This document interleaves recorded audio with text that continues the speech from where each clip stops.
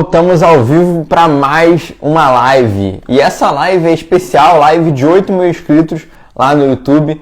Então é uma live realmente para comemorar essa conquista, comemorar esse resultado, tanto de vocês que me ajudam através do compartilhamento, através das curtidas. Então é muito especial ter essa live de 8 mil inscritos lá no YouTube. Se você ainda não é inscrito lá no YouTube, se inscreve, é Eduardo Brizda, sai vídeo todo dia de robótica, de competições, para te ajudar nessa jornada da robótica, te fazer com que você aprenda mais sobre construção, sobre programação, sobre trabalho em equipe, e você desenvolva cada vez mais para as competições e para a robótica de maneira geral. Então, aproveita, vamos deixar um tempinho para o pessoal entrar nessa live especial. E Brizda, que live é essa? O que vai acontecer nessa live? Essa é uma live de 8 mil inscritos para agradecer e realmente comemorar esse resultado, esses 8 mil inscritos lá no YouTube. E vai ser uma live de dúvidas. Então, se você tiver alguma dúvida, alguma coisa que você queira que eu te ajude, relacionada à robótica, relacionada a competições, aproveite esse momento. Eu recebo muita mensagem da galera querendo marcar uma mentoria comigo, marcar videochamada, só que infelizmente eu não tenho muito tempo para poder fazer esses videochamadas. Eu adoraria fazer mais, mas infelizmente não tenho tempo. Então a maneira de eu conseguir ajudar você de uma maneira um pouco mais direta é através desses lives. Então qualquer dúvida, manda aqui, eu busco te ajudar, assim como eu te ajudaria numa mentoria, ok? Então a gente está ao vivo tanto aqui no Instagram quanto também no YouTube. Então eu tenho uma galera que pode estar me acompanhando pelo YouTube. Para você que está me acompanhando aqui, eu recomendo que você acompanhe aqui no Instagram. E quem estiver no YouTube, vem pro Instagram, que é melhor, é um pouquinho mais fácil da gente conseguir interagir, ok? Então vamos deixar um tempinho para a galera. Se você já tiver alguma dúvida, deixa aí no chat, comenta aí. E a gente vai falando um pouco mais sobre esses assuntos ao longo dessa live. Vamos deixar o pessoal entrar. Se você tiver alguma dúvida, alguma coisa que você queira que eu te ajude, deixa aí nos comentários que a gente vai respondendo ao longo da live. Já tem uma galera entrando, fico bastante feliz com isso. Então, se você tiver alguma dúvida, algo que você queira que eu te ajude na robótica, nas competições, aproveita agora que eu respondo. Tem algumas perguntas que o pessoal fez na última caixinha que eu fiz, caixinha de perguntas, eu vou responder algumas delas. E eu também vou aproveitar essa live para responder algumas perguntas que eu recebi para o quadro Pergunte ao Brizda. Então, quem me acompanha lá no YouTube sabe que eu tenho um quadro chamado Pergunte ao Brizda, que são perguntas que vocês fazem aqui no Insta, na caixinha de perguntas, e aí eu separo essas perguntas e faço um vídeo lá no YouTube, para poder responder de uma maneira um pouco mais aprofundada, que às vezes no story eu não consigo responder. Às vezes 1 minuto é muito pouco para responder uma pergunta um pouco mais completa. Então lá no YouTube tem esse tempo, um tempo bem extenso para poder te responder de uma forma completa e certinha. Rafael comentou, aprendi muita coisa contigo esses anos, brother, valeu, Rafael. Isabela Witt falou, parabéns, obrigado, Isabela.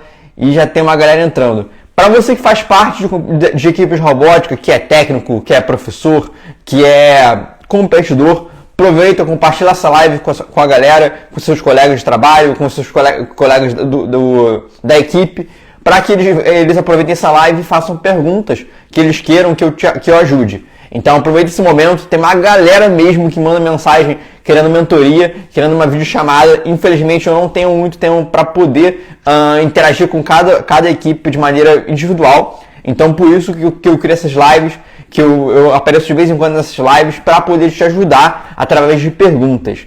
Rafael inclusive já pediu uma dica para a galera que vai participar da OBR. Show de bola, Rafael. Então a gente vai falar bastante da OBR também nessa live. Bom, então vamos lá, já são 15h04, já podemos começar com as perguntas. Uma primeira pergunta que eu separei aqui para responder foi uma pergunta bem bacana que eu recebi no Insta, que era se em todos esses anos de robótica, de competições que eu participei, se tinha alguma coisa que eu já me arrependi, que eu queria mudar, que eu queria consertar e corrigir. Se eu pudesse voltar atrás no tempo, teria alguma coisa que eu me arrependi, que eu queria fazer de outra forma? Então, essa pergunta foi muito boa. E, olha, se você perguntasse pro Brizda de alguns anos atrás, quando ele ainda estava competindo, talvez ele respondesse que sim. Talvez ele respondesse que teria alguma coisa que queria que eu voltasse atrás. queria que voltasse atrás para mudar uma coisa na programação, uma coisa na construção, para falar alguma coisa que não deixou de falar. Talvez o Brice daquela época te respondesse isso.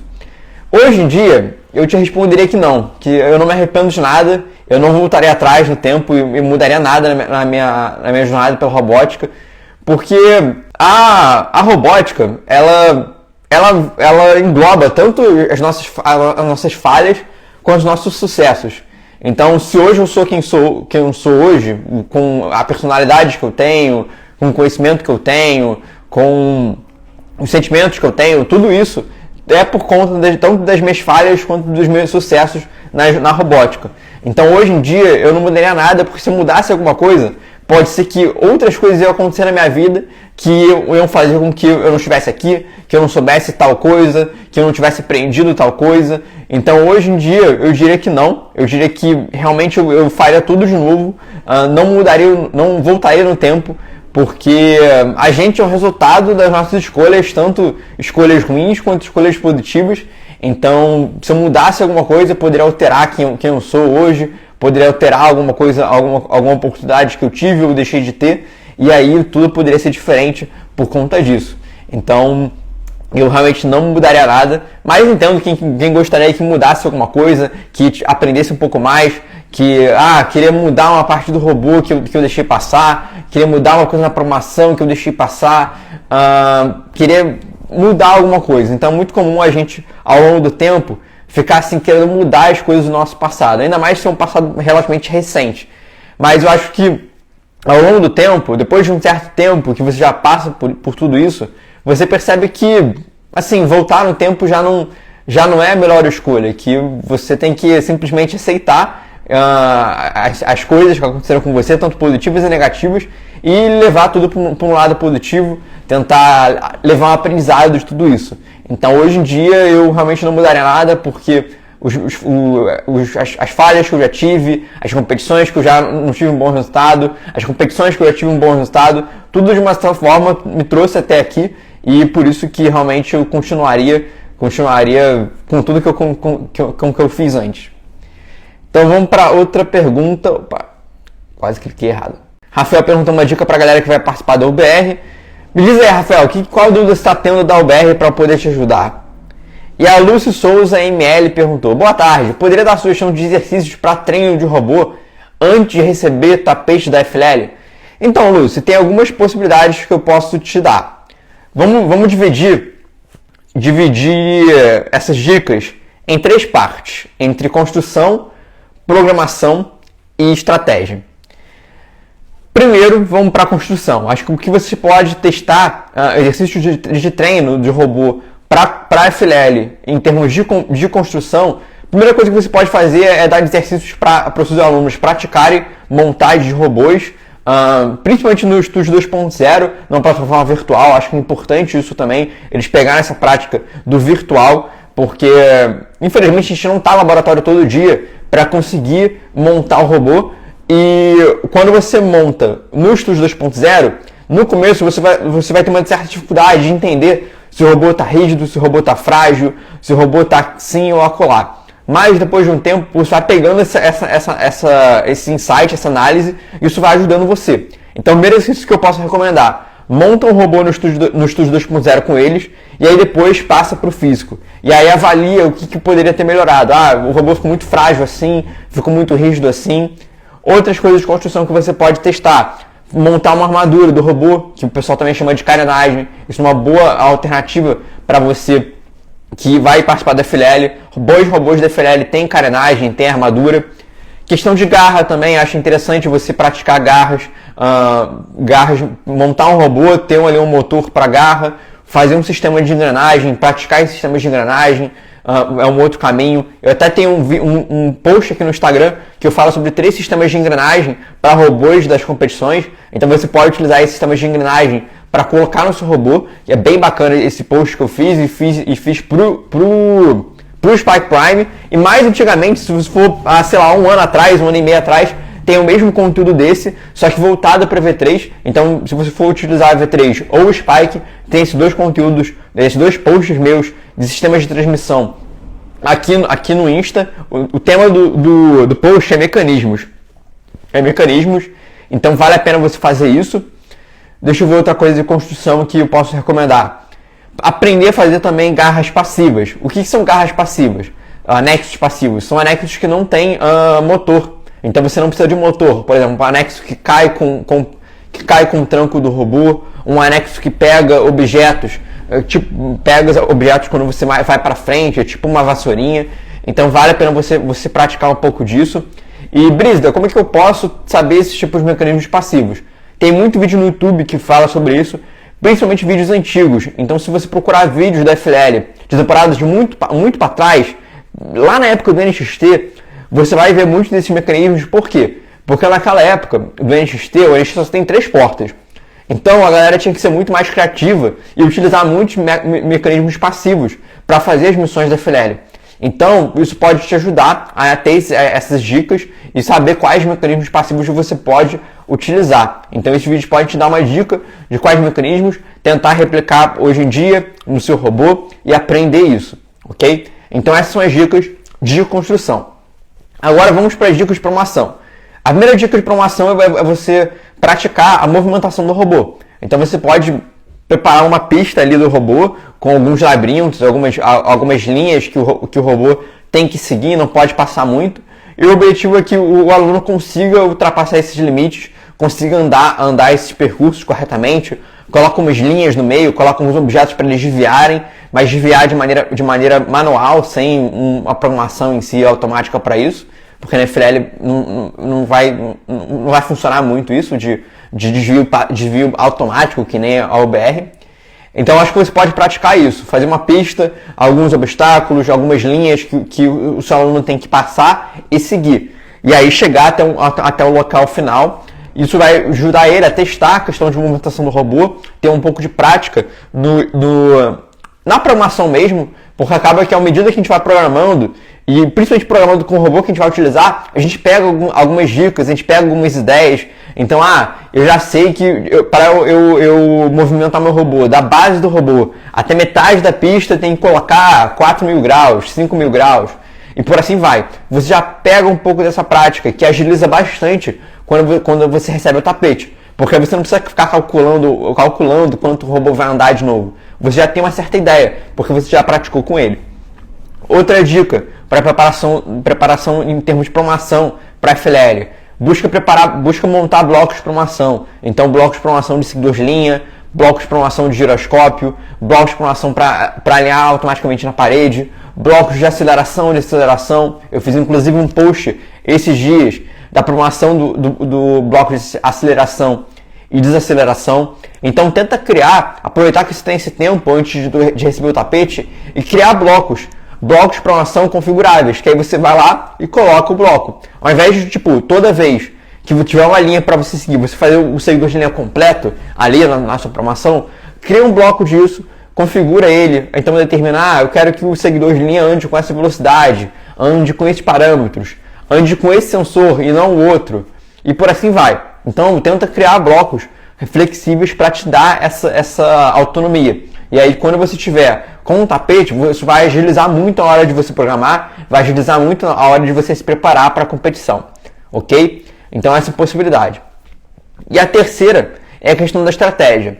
A questão da estratégia que eu recomendo: primeiro, lê o documento da competição para você entender sobre o desafio da temporada, quais são os assuntos quais são os modelos de missão que tem, se o modelo de missão é para empurrar, se é para levantar, se é para abaixar, qual é o mecanismo que você precisa fazer com o robô para que você execute aquele modelo de missão. Outra coisa, assiste bastante vídeo no YouTube. Tem algumas equipes lá fora que já estão postando vídeos das suas estratégias para essa temporada. Então vale a pena você olhar os robôs dessa galera, como é que eles estão fazendo a estratégia, quais missões eles estão priorizando, quais missões eles não estão priorizando, para que você consiga utilizar isso como base para montar a sua estratégia. E a terceira dica é você utilizar técnicas de administração e gerenciamento para elaborar uma boa estratégia. Então, por exemplo, tem a matriz SWOT, tem a matriz de esforço versus benefício, que é para avaliar se vale a pena fazer a missão ou não, e entre outras técnicas de gerenciamento que você pode utilizar. Eu agora não lembro se saiu um post desse, acho que saiu um post desse recentemente aqui no meu Instagram. Se não, vai sair recentemente. É porque eu já programei vários posts para essas próximas semanas, então se ainda não saiu um post desse de técnicas para você utilizar para se preparar para a FLL em termos de estratégia, vai sair muito provavelmente nos próximos dias, ok? E eu acho que foram essas dicas de construção, programação e estratégia para se preparar para a competição da FLL antes de você receber o tapete, ok? Se vocês tiverem mais uma dúvida, manda aí no chat, que aí a gente vai respondendo. Davi falou oi, Davi Costa. E aí, Davi, tudo certo? Vamos ver. Universo Tech Robot falou olá. Olá, Universo Tech Robot. E eles têm uma pergunta. Eduardo, queria sua ajuda sobre dúvidas que estou tendo em relação a um projeto de implantação de robótica em uma escola da minha cidade. Poderia me responder no direct do Instagram? Então, Universo, manda lá uma mensagem. Se eu conseguir responder, eu te respondo lá na DM. Normalmente eu respondo a todo mundo, sim. É difícil eu não responder alguém. Se eu não respondi é porque eu acabei deixando passar. Mas normalmente eu respondo do geral. Rafael 10K, falando de OBR, uma ideia que tu acha muito eficaz na parte do resgate. Então, existem algumas técnicas de resgate para você utilizar na OBR. A primeira técnica de resgate é você ficar fazendo uma varredura cega. Então, você não utilizar sensor. Você ir de uma ponta para outra. Quando chegar no final da ponta, você levantar a garra e jogar a bola para uma caçamba ou coisa do tipo. Então essa é uma estratégia que a gente chama de estratégia cega, que você não utiliza um sensor ultrassônico para verificar a bola, e aí se pegar uma bola, pegou. Essa é uma alternativa. Só que essa alternativa tem um detalhe que você provavelmente vai misturar as bolas, tanto brancas quanto pretas, e aí você vai colocar tudo no mesmo triângulo. Você não vai ganhar a pontuação completa, o multiplicador completo de cada bola, mas pelo menos vai fazer uma boa pontuação no resgate. A outra possibilidade é você fazer a mesma ideia, só que agora com um sensor ultrassônico. Então avistou a bola, joga para cima, coloca uma caçamba, ou então pega com uma garra e levanta, que é essas duas possibilidades, e aí você joga ela no local certo. E a terceira possibilidade que é radar, que aí você vai para o meio da pista normalmente, e fica fazendo tipo um radar. Você fica andando com o robô de um lado para o outro, de um lado para o outro. E aí, quando o robô avistar uma bola, ele vai andar até a bola, vai pegar e jogar para cima. E aí depende do seu mecanismo. Se você tem um mecanismo de caçamba ou se tem um mecanismo separado. Os dois você vai ter que jogar a bola em algum momento. Se você não estiver caçamba, você não vai poder ficar recolhendo várias bolas. Você vai ter que pegar a bola, segurar e aí jogar na área de resgate. Então tem essas estratégias. Em relação a identificar se é vermelho ou se é verde o triângulo, você pode ter um sensor para isso, como também você pode ter várias promoções. E aí antes do round, você vai chegar lá na pista, vai ver quais são os triângulos, quais posições eles estão, o verde, o vermelho, e aí você manda sempre para aquela promoção. O que não pode acontecer é você trocar de promoção ao longo do round. Mas você pode ver o tapete, a mesa que você está antes de mandar, e aí escolhe sempre aquela promoção, que está com a configuração para aqueles triângulos verdes e vermelhos. Tem essa possibilidade também. Não é uma possibilidade manual, não é uma possibilidade automática, quer dizer, mas é uma possibilidade manual. Então, se você não tem espaço para um sensor de cor, para verificar se é verde ou se é vermelho, tem essa possibilidade de você fazer manual, fazer várias combinações de promoções para diferentes posições do triângulo, seja do verde ou seja do vermelho. Dione falou boa tarde, Dione. NTV Leanderson falou oi. Dione falou, esse ano vai ser minha primeira FLL. Que legal, Dione, espero que dê tudo certo, que você aproveite bastante a competição. Se você tiver alguma dúvida, deixe no chat que eu busco te ajudar. NTV Leanderson falou, Eduardo Leanderson. Lúcio Souza, muito obrigada. Nada, Lúcio, tudo certo. Vamos ver. Juan Novantino, o que você acha sobre usar polia sem pneu? Já ouvi sobre arranhar o tapete. Existe alguma forma de resolver isso? Olha, quando você utiliza a polia com pneu, você vai ter um pouco mais de atrito. Se você utilizar sem pneu, beleza, plástico com plástico, mas eu não sei se arranha o tapete tanto assim. Só se o seu robô for muito pesado para arranhar o tapete, ou se o tapete for muito frágil. Normalmente os tapetes das competições não são de material tão frágil assim, a ponto de rasgar tão facilmente. A outra possibilidade, ao invés de você utilizar materiais de plástico, utilizar rodas de apoio que são de metal. Essa também é uma possibilidade. Elas podem arranhar também, mas talvez não arranhem tanto pelo material. Tem essas duas possibilidades. Mas eu não acho que você precisa se preocupar tanto com a questão da polícia ter pneu ou não ter pneu, e principalmente se vai arranhar o tapete ou não. Acho que dificilmente tem essa possibilidade de arranhar o tapete, ok? Universo Tech Robot, qual a sua opinião sobre a implantação de robótica em escolas municipais? Olha, eu acho super legal. Sempre que possível, acho que é interessante a robótica entrar nas escolas, seja particulares ou públicas, ou municipais, federais e em todas as modalidades. Então acho que é super bacana, acho que é uma maneira de conseguir inserir tecnologia nas escolas.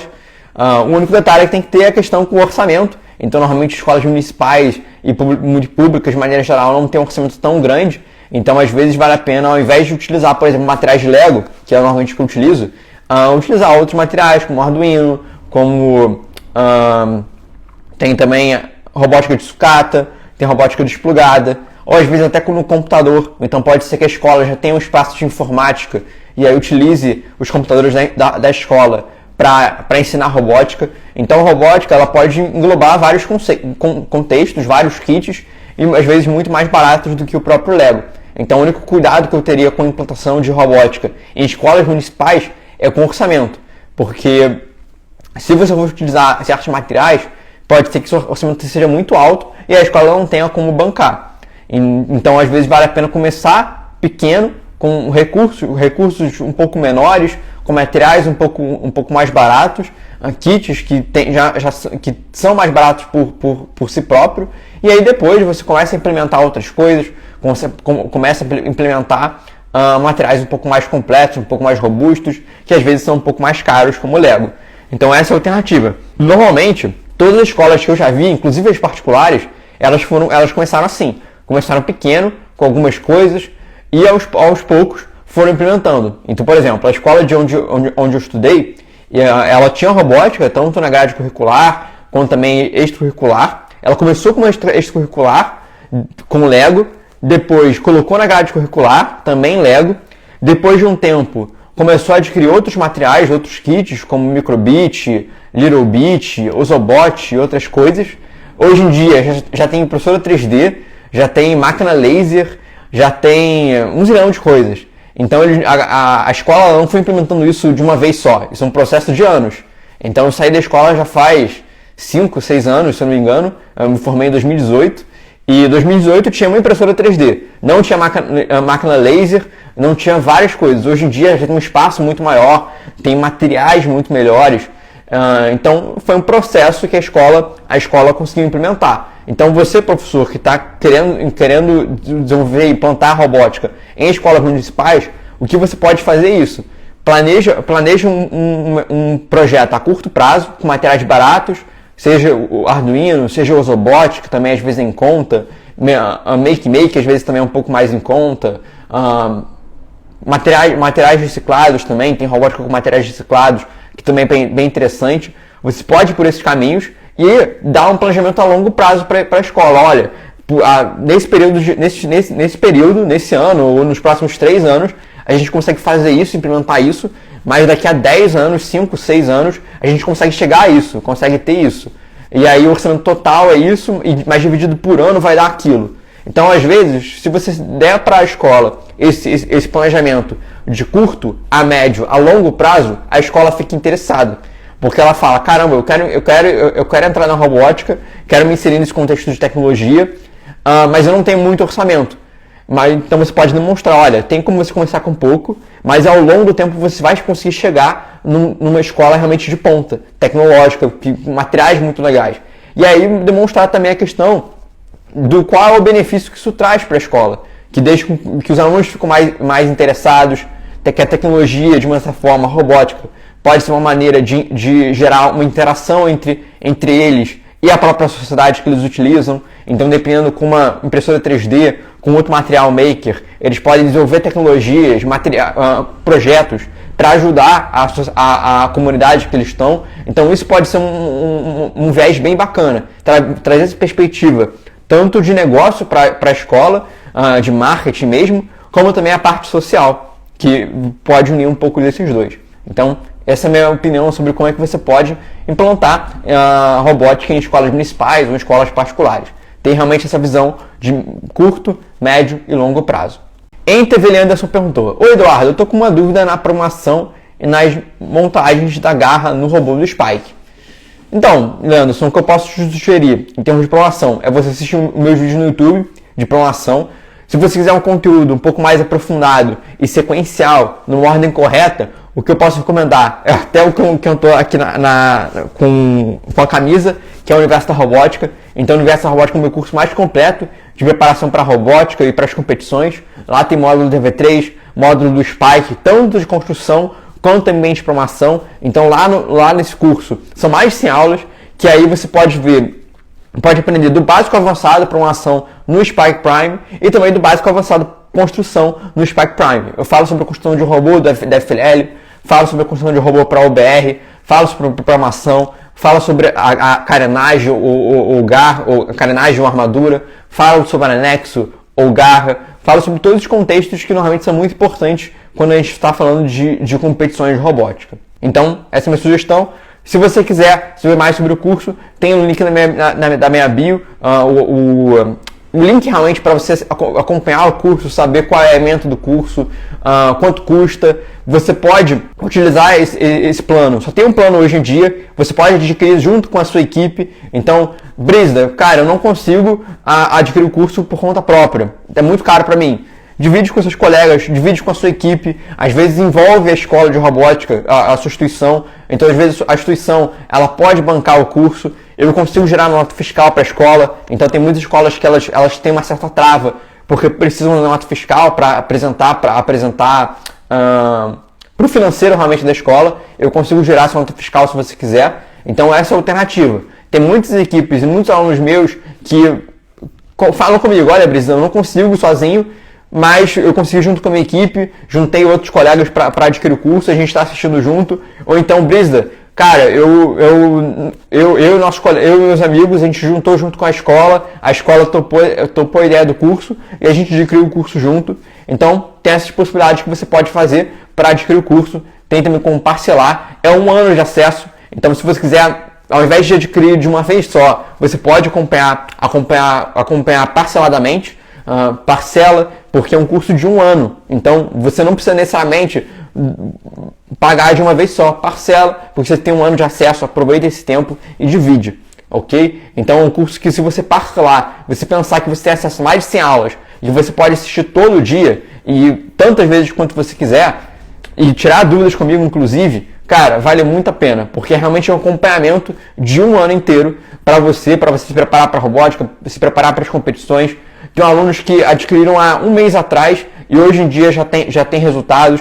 Tem alunos meus que adquiriram 1 ano atrás e hoje já foram na etapa regional para nacional, para internacional. Tem alunos que, assim, tinham participado da regional da FLL e nunca tinham conseguido passar para a próxima etapa do nacional, e depois que adquiriram o curso, conseguiram aprender um pouco mais sobre a competição, como é que você pode desenvolver o trabalho, e aí eles conseguiram passar para o nacional, que era o sonho deles. Então, tem várias histórias muito bacanas de alunos meus que, através do curso, conseguiram aprender e se desenvolver na robótica e conseguir grandes resultados nas competições.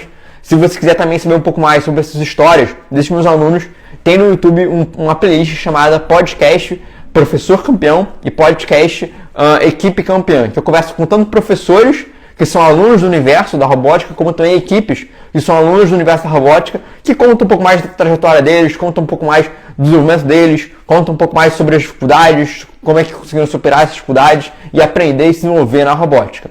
Então, essa é a minha recomendação para você, Leanderson. Geise Anes perguntou: boa tarde, sou nova e estou na tentativa de preparar a equipe da escola para tentar participar das competições. A temática da próxima temporada é Masterpiece. Pô, bem legal, Gisele. Fico bem feliz de você participar da FLL. O que eu posso recomendar para você, que está iniciando na robótica e junto com a sua equipe, eu fiz 2 vídeos no YouTube recentemente sobre a temporada Masterpiece. O primeiro eu falei sobre os modelos de missão da FLL, a parte de construção e promoção. Eu recomendo você assistir esse vídeo.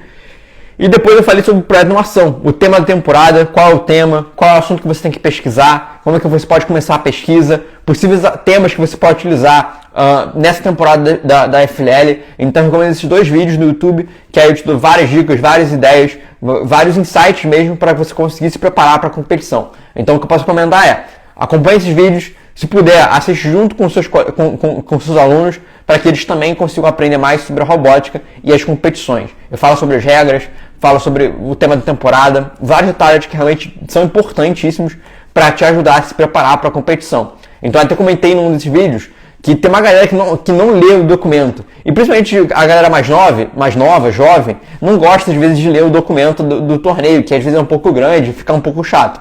Então, tem lá o vídeo, eu leio junto com você, dou opiniões sobre os assuntos. Então, era um pouco mais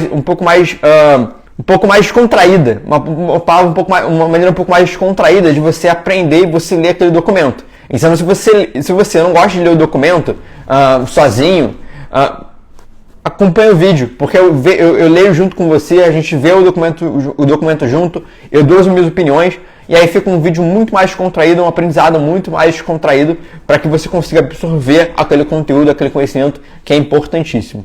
Rafael 10K falou, valeu Eduardo. Johnny, tenho dificuldade em calibrar os sensores de cor do EV3.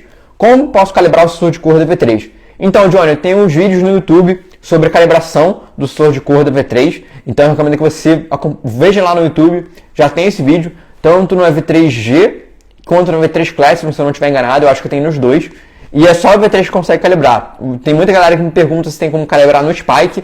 Eu, pelo menos, nunca vi, ou não conheço como dá para calibrar o sensor de cor do Spike Prime.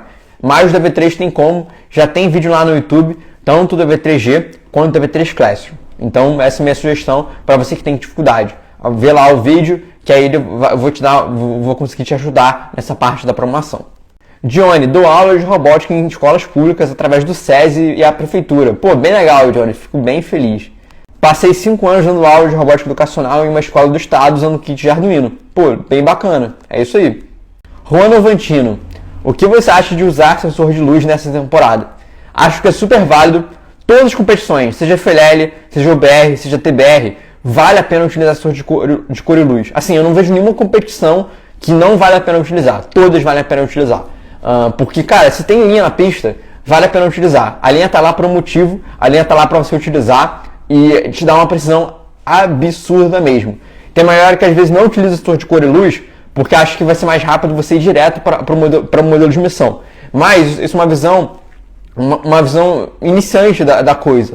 Porque o problema é que, beleza, pode ser mais rápido você ir numa reta direta para o modelo de missão, mas é menos preciso. Então você perde precisão. Se você for com o seu sensor de luz, seguindo a linha, você vai demorar um pouco mais de tempo? Vai, mas você vai ser preciso. Então, de 10 tentativas que você vai ter para chegar lá, muito provavelmente você vai acertar as 10, porque você está seguindo a linha. Se você mandar uma reta toda, rápida, a verdade é que você vai acertar de 3 de 10 vezes, porque você não tem precisão. Então, os sensores são muito importantes para trazer precisão para o robô, e sensor de cor e luz é essencial. Qualquer competição de robótica tem que ter sensor de luz, qualquer. Assim, outros sensores, ultrassônico, giroscópio, sensor de toque, esses você pode até começar a se questionar se vale a pena utilizar ou não. Algumas competições não têm tanta importância, tanta necessidade, mas sensor de luz é importantíssimo, quanto mais melhor. Geisane falou, muito obrigada, vou assistir, muito obrigada. Universo Tech Robot, como você conquistou seu primeiro kit educacional Lego? Então, eu dou aulas de robótica desde os meus 15 ou 16 anos. Eu fazia parte de uma equipe de robótica no colégio, é um colégio particular, e esse colégio particular tinha uma atividade extracurricular, que a gente chamava de Projeto Líder. Na época era ligada junto com a Zoom Education na época. Eu fiz essas aulas, esse projeto começou no meu sexto ano, que foi em 2011, 2012, fiz essas aulas até o oitavo ano, eu saí dessa aula extracurricular porque tinha robótica na grade curricular mesmo. Fiz essas aulas na grade curricular. No nono ano entrei para a equipe de robótica.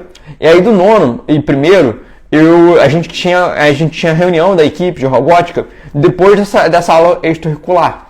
E aí, o que muitos dos meus colegas faziam era ficar esperando a aula terminar para depois subir e ir para a reunião. Eu, às vezes, ficava de saco cheio de ficar esperando lá no colégio, sem fazer nada. E aí eu ia para a sala de robótica e ajudava a professora com essas aulas. E aí chegou um momento que eu comecei a ajudar sempre. E aí foi uma parada um pouco natural que eu comecei realmente a ajudar ela, meio que virar um instrutor, um ajudante da aula. E aí chegou um momento que a gente começou a oficializar e eu comecei a receber para isso. Então eu comecei a receber para dar aula de robótica por volta do meu primeiro, segundo ano. E aí fui acumulando esse dinheirinho, fui juntando. E aí quando eu cheguei no terceiro ano, se não me engano, eu comprei o kit de robótica. Na época, eu vou te falar que eu não tinha um objetivo específico para comprar o kit. Eu só queria ter o kit.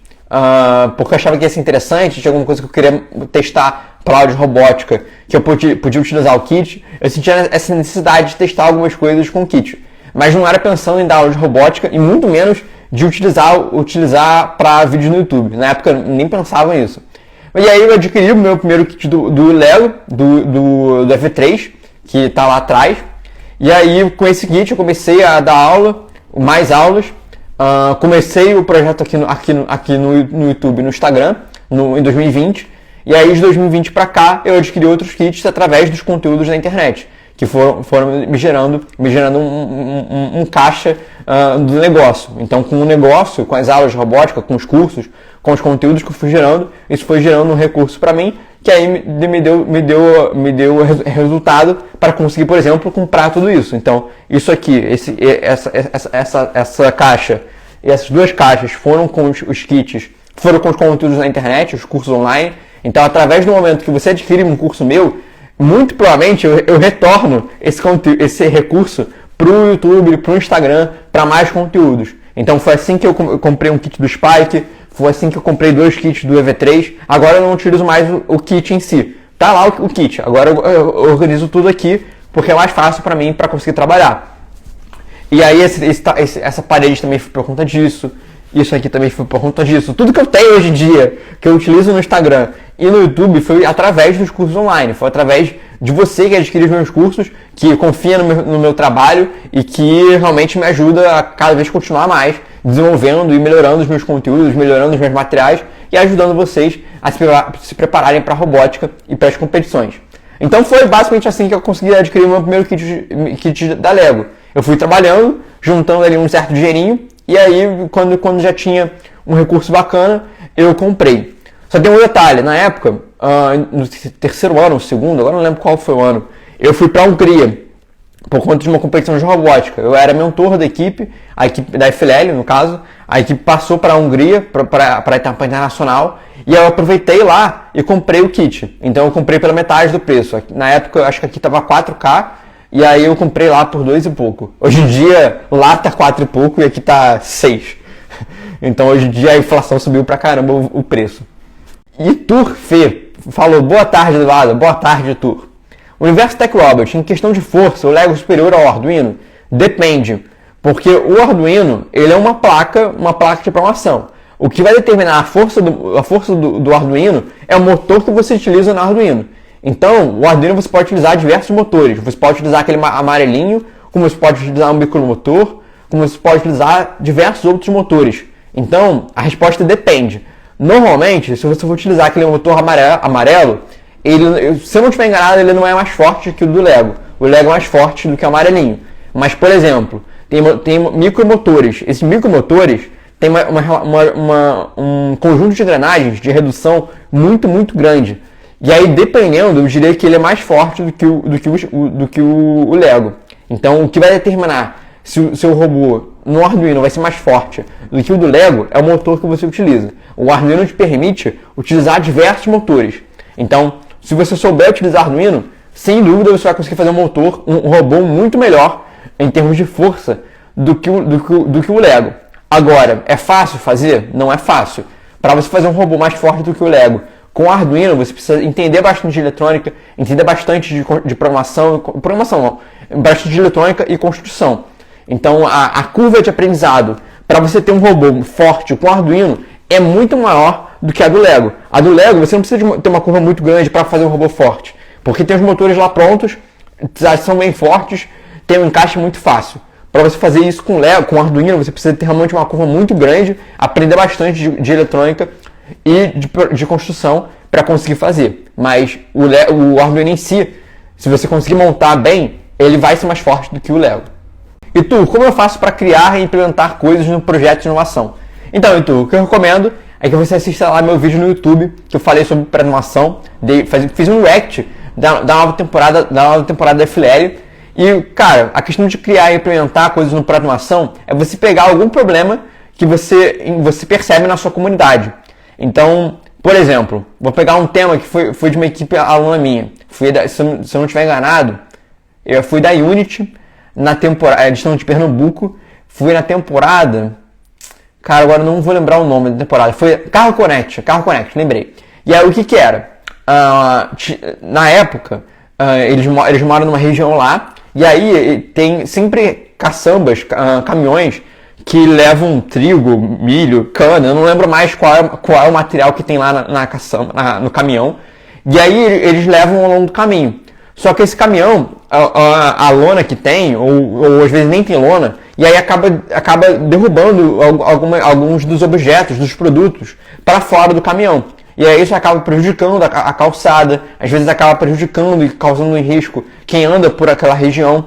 Então o que eles fizeram? Eles fizeram uma lona deles. Se não estiver enganado, eles fizeram uma lona especial para esse tipo de caçamba, para impedir com que os objetos caiam, a empresa consiga aproveitar e vender todos esses produtos, e que também cause um impacto positivo de não deixar as pessoas correrem risco do produto cair em cima delas e machucar elas enquanto elas estiverem andando naquela calçada. Então essa foi uma alternativa. O que você pode fazer para criar e implementar é ver coisas na sua comunidade que são problemas. E aí você vê que é um problema e tenta resolver. Isso é a melhor forma de conseguir implementar. Todo mundo que tem algum problema vai querer alguma solução. E aí se você e sua equipe se disponibilizarem, olha, eu sei que você tem um problema X, eu me proponho a corrigir esse problema através de um projeto de uma ação. Vocês topam? A galera vai topar. Então, essa é a maior maneira de criar e implementar, através da proatividade de ajudar os outros na sua própria comunidade. É só você olhar. Tem muito problema no mundo e principalmente muito problema na sua própria comunidade, que você consegue resolver. Christian Rock falou lá no YouTube, eu acabei não vendo. Boa tarde, Eduardo Brisda. Boa tarde, Christian. Tudo certo.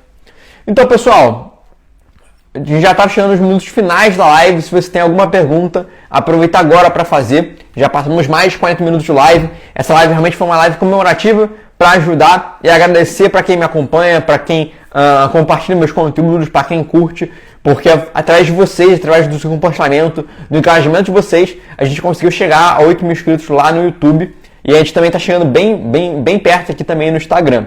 Então aproveita, se você quiser aprender mais sobre robótica e competições, me segue lá no YouTube, curte esse vídeo também no YouTube lá também e compartilha os meus conteúdos do Instagram, compartilha meus conteúdos do YouTube para os seus colegas de equipe, para os seus professores, para todo mundo que você acredita que vai se interessar por robótica. Porque à medida do tempo que você está em volta de uma comunidade de pessoas que entende robótica, que quer aprender mais sobre robótica, isso de uma certa forma te incentiva a cada vez mais você progredir. Então, se você anda com pessoas que estão envolvidas nesse mundo da robótica e querem evoluir, é muito melhor. Então, é muito melhor você compartilhar com alguém e ajudar essa pessoa a se interessar por robótica e te incentivar também do que você ficar guardando esse conhecimento para você. Então compartilha, adquire conhecimento, troca ideia com a galera, porque isso vai te trazer muito mais além na robótica. Documento escrito do pré-animação, tem algum orientador? Como assim orientador? É porque a FLL em si, ela não preza para você preparar um artigo científico, por exemplo. A FLL, você desenvolve para animação, você pode levar um book um documento de como é que foi sua pesquisa, mas o que vai ser avaliado realmente é a apresentação. Então, não necessariamente você precisa desenvolver uma pesquisa científica, um artigo científico, por exemplo. E aí, como você não precisa desenvolver um artigo científico, você não precisa necessariamente de um orientador. É diferente, por exemplo, de uma outra competição chamada Mostra Nacional de Robótica. A Mostra Nacional de Robótica é realmente um artigo científico. Você escreve, tem os alunos, tem o professor, orientador e tudo mais. Na FLL isso não precisa. Então não necessariamente você precisa ter um documento escrito na FLL. Você pode usar como guia. Tem uma galera que documenta como é que foi o desenvolvimento deles num book, como se fosse um histórico de pesquisa deles, com início, meio e fim. Mas não necessariamente você precisa desenvolver um artigo científico, ok? Então o que importa mesmo é a apresentação. Então eu acredito que a gente está chegando ao final da live. Agradeço novamente a vocês que acompanham meus conteúdos, que curtem meus vídeos, que engajam, que comentam, que enviam para outros colegas de vocês, porque isso realmente me ajuda bastante a crescer aqui na robótica. E o Inverso Tech Robot falou, estudos apontam que eu sei mais inteligente dessa live. Que legal. Fico muito feliz de ajudar. Então, pessoal, eu vejo vocês numa próxima live, no próximo conteúdo, num conteúdo desse. Eu adoro fazer esse tipo de live, que são lives um pouco mais descontraídas e que eu consigo ajudar vocês de uma maneira um pouco mais direta. Lúcio Souza falou, muito obrigado, eu também saí mais inteligente dessa live. Pel Oficial falou, salve, Pel Oficial. E é isso. Muito obrigado por assistir e até a próxima live. Até mais.